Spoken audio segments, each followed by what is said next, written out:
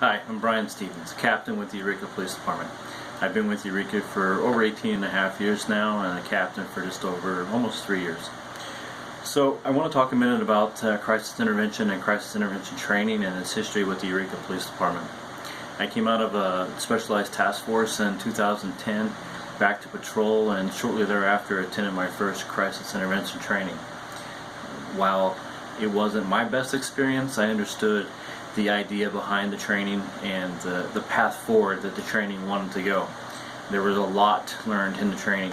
I learned a lot about how to deal with clients. I learned a lot about how they seen law enforcement. While we were there in our minds to always help, there was a huge stigma about law enforcement coming to their house from their family members to them, and that fear that was generated wasn't good, and we had some open dialogue about that, and I learned a lot from that just on how to better deal with people. So moving forward, we realized in Eureka we have a huge mental health client population and homeless population. We brought in Pamela Millsap as one of our homeless liaisons, and we had her work on the front lines with the officers. One, she has a huge history in the mental health field and the experience to go along with that. So the officers that didn't attend CIT training were getting first-hand training on the streets and the opportunity to realize and how to deal with certain persons that they run into. Additionally, this allowed us to focus on those individuals that were creating the most calls for service for us. The ones that the officers were truly at their wits' end and couldn't come up with other solutions. She opened their eyes to the resources in the field, and we put a lot of people in better places today. A lot of people are housed, a lot of people got educations, a lot of people are now working, and they are just generally in a better place. And we've seen the benefits of that. But during this entire process, we learned that there was a huge gap between the law enforcement and the mental health clients and the mental health community and professionals as a whole. So we realized we needed to bridge that gap. We began this bridging by a set of meetings that were planned where I would go and meet with mental health clients, mental health professionals, and we would have open dialogue. And it took some getting used to. It took some walls to come down. I refused to not go in uniform because I didn't want them to be afraid of the uniform. I wanted them to see the person behind the badge and let them know we were truly there to help them. So it worked. We began working through this. There are people that were in that first meeting we had that I see today that will come up and talk to me, and we have a great relationship because of it. So these meetings and CIT help the officers realize that there are a set of resources out there that will help us deal with mental health clients that need help. It's not just take them to the mental health hospital and lock them up or hope they get treatment or put them on a hold.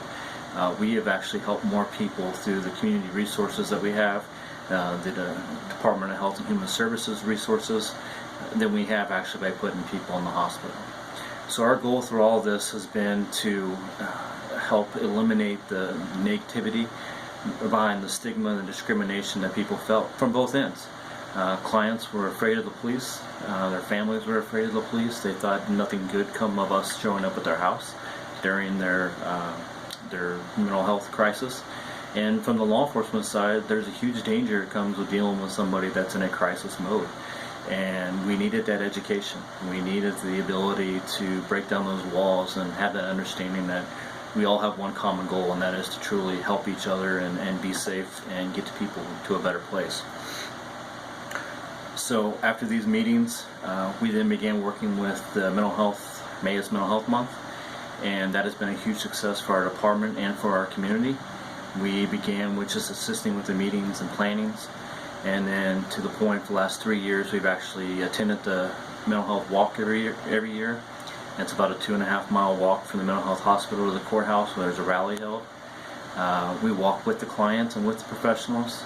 We have conversations along the way, and I have cops that are coming and volunteering for this now, and we recognize and award clients who are doing really well, who have come a long ways, who have maybe gone from being haters of law enforcement or having this huge fear and anxiety every time they see a law enforcement officer to a point in their life where they're ready to actually interact and We reward them by putting them in a patrol car with one of the officers doing traffic enforcement or traffic control as we're doing the walk. And to see them hang out the window and smile and take pictures, and now 3 years later to have the original group still see us every year at the walk and tell people how much fun they had and that type of interaction and know the officers' names, those are the kinds of positive relationships that we are working to build, and that's the bridging we're doing between our law enforcement agency and our community. That's the bridging that I see now taking place between and the crisis intervention training. As society has changed, as our clientele has changed, as law enforcement changes, crisis intervention training needs to change, and that change is taking place. It can't be a curriculum that never does change, because from the first one they've learned a lot. To this one, they're nowhere even near the same kind of classes, and I think that the feedback we're now receiving is positive. It's true, and I think they're still growing. So it will constantly need to mold and change to what our society is dealing with, but it is definitely a necessity in what we deal with. And that's leading to us now putting on de-escalation training. We have realized that from the tactical side, we can teach cops all the things about mental health, we can teach them, but if we don't teach them how to, from a tactical side, deal with the situation, understand negotiations, understand time and tactics, and that there's truly no reason to rush into some of these situations, because we have a bunch of young cops, and society as a general has a bunch of young cops, and they want to go out and solve problems, go on the next problem. So sometimes that just creates more problems. So by helping them understand that it's okay to take your time to talk, use tactics, and sometimes it's okay to walk away if you have to, because the last thing we want to do is actually force an issue that turns out to be negative for us, negative for the client, and for the community as a whole.